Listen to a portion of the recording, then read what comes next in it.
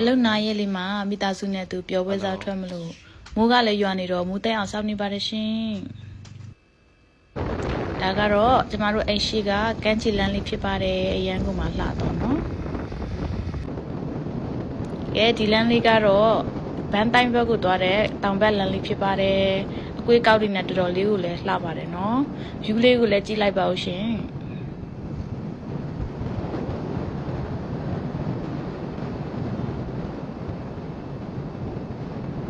ဒီနေရာလေးမှာဓာတ်ပုံလေးရရမယ်ဆိုရင်အရန်ကိုမှလှတော့နော်တောင်ကုန်းဆင်းလေးဆိုရင်ရန်လှတယ်အရန်လှတယ်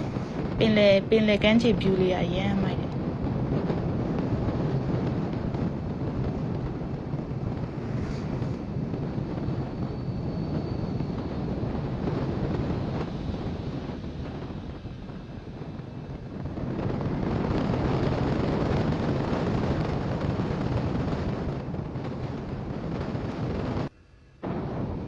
ဒါကတော့ဘန်းတိုင်း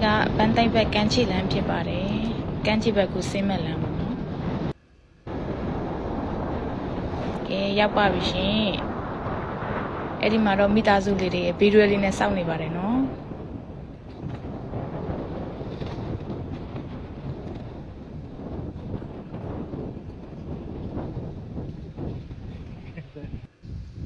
ကမ်းခြေ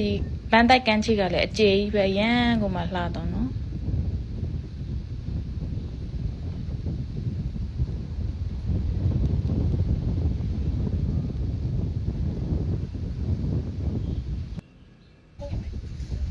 မိသားစုတွေဆက်စုံလေးမဲ့တင်မတီထောင်စားပါတယ်ရှင်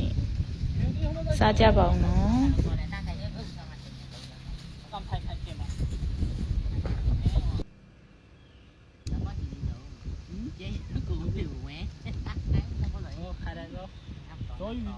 တယောက်တစ်လုံးလေးအားနေတာချစ်စရာလေးကောင်းပါတယ်ရှင်ဒီကတော့ဦးတကြီးပေါ့နော်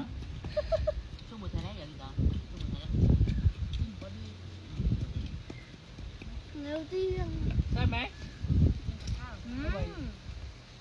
ซอสดีอยู่แล้วข้าววัวอ่าฮะข้าววัวอร่อย